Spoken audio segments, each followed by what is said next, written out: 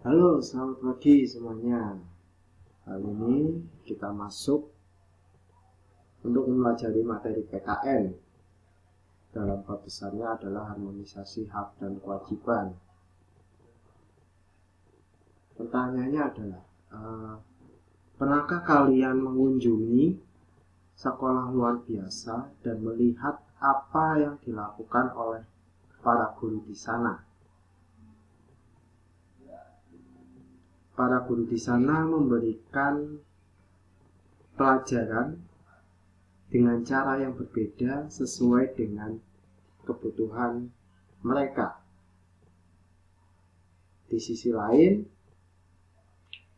para murid di sana menerima pengajaran yang diberikan oleh guru mereka. Nah, secara tidak langsung ini memperlihatkan konsep hak dan kewajiban manusia, di mana para murid menerima hak untuk mendapatkan pendidikan yang layak sesuai dengan kebutuhan mereka, seperti siswa normal yang lainnya. Begitupun para guru sudah melakukan kewajibannya memberikan fasilitas pengajaran sesuai dengan kebutuhan mereka. Nah, seperti apa sih konsep hak dan kewajiban asasi manusia itu sendiri? Mari kita bahas di materi kali ini.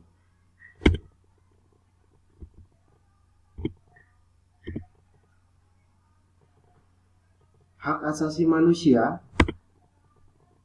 itu memiliki pengertian hak pokok yang dimiliki manusia sejak manusia itu dilahirkan, yang tidak dapat diganggu-gugat sebagai anugerah Tuhan Yang Maha Esa. Jadi ketika manusia itu dilahirkan, dia sudah memiliki haknya. Hak asasi manusia itu bersifat universal dan selamanya, selama manusia itu hidup.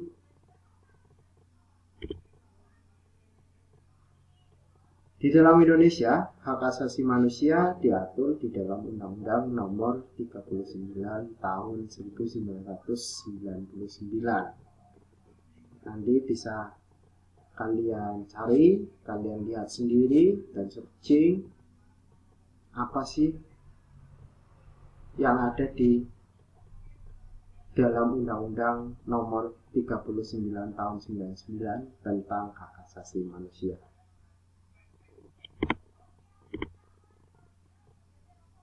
Nah, sekarang kita masuk ke ciri-ciri hak asasi manusia. Ada 4 ciri. Yang pertama,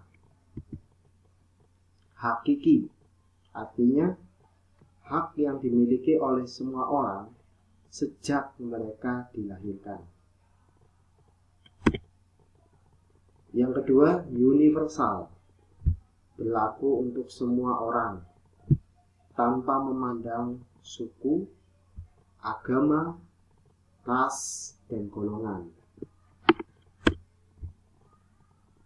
Ketiga, permanen atau tidak dapat dicabut, artinya tidak dapat dihilangkan atau diserahkan kepada orang lain. Dan terakhir, tidak dapat dibagi. Semua orang berhak mendapatkan semua hak yang sudah diatur dan ditetapkan. Ini ciri-ciri hak asasi manusia. Next. Sekarang kita masuk ke macam-macam hak asasi manusia. Macam-macam hak asasi manusia ada 6. Yang pertama, hak asasi pribadi, personal rights. Artinya di sini hak asasi yang memiliki kebebasan. Kebebasan seperti apa? Kebebasan menyatakan pendapat, kebebasan untuk memeluk agama, kebebasan untuk berkumpul. Nah, ini termasuk di dalam hak asasi pribadi. Kedua, hak asasi ekonomi atau property rights. Artinya, seseorang berhak memiliki, membeli, ataupun bahkan menjual sesuatu yang dimiliki. Yang ketiga, hak persamaan hukum atau rights of legal equality.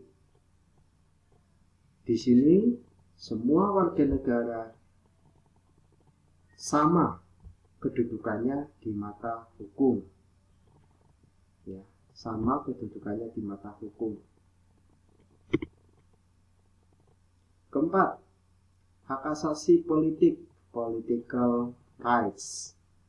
Artinya, seseorang berhak ikut serta dalam pemerintahan, berhak dipilih maupun memilih. Itu hak politik kita. Kelima, hak asasi sosial dan kebudayaan. Yang dimaksud di sini adalah seseorang berhak untuk mengembangkan bakat dan minat.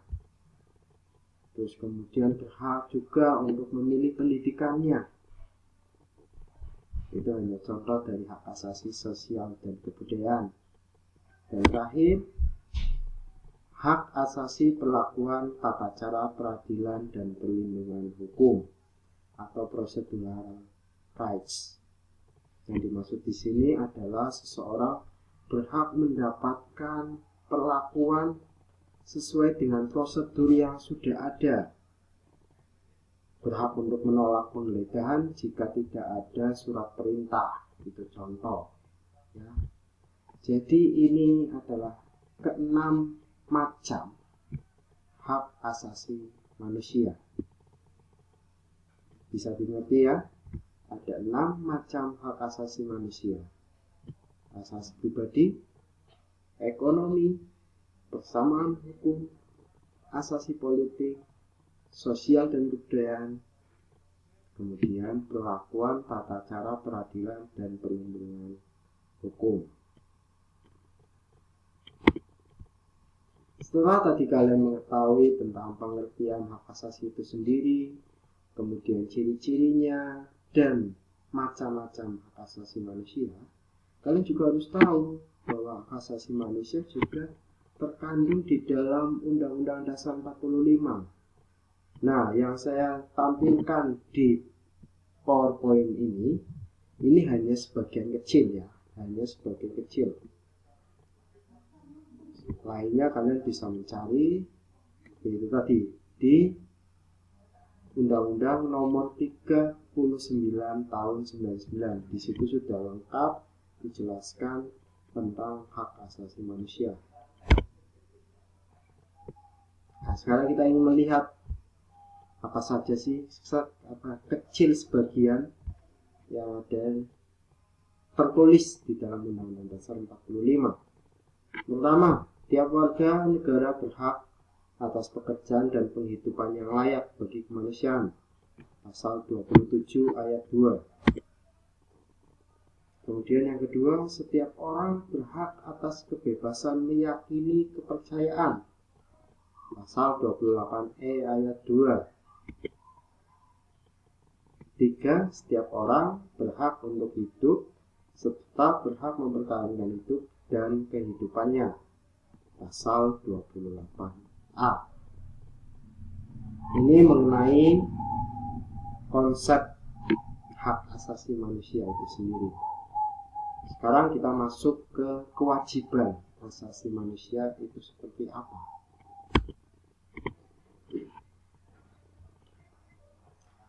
Kewajiban asasi manusia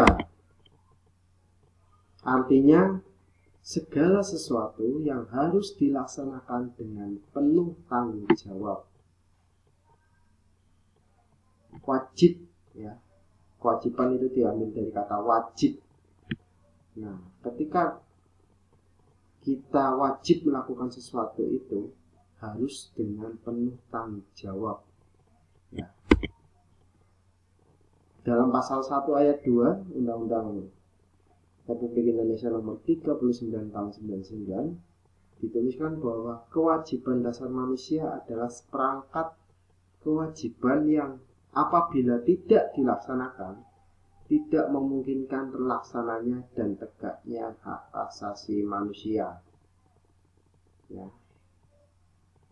Tidak memungkinkan terlaksananya, di sini jelas seperangkat kewajiban yang apabila tidak dilaksanakan tidak memungkinkan terlaksananya dan tegaknya hak asasi manusia.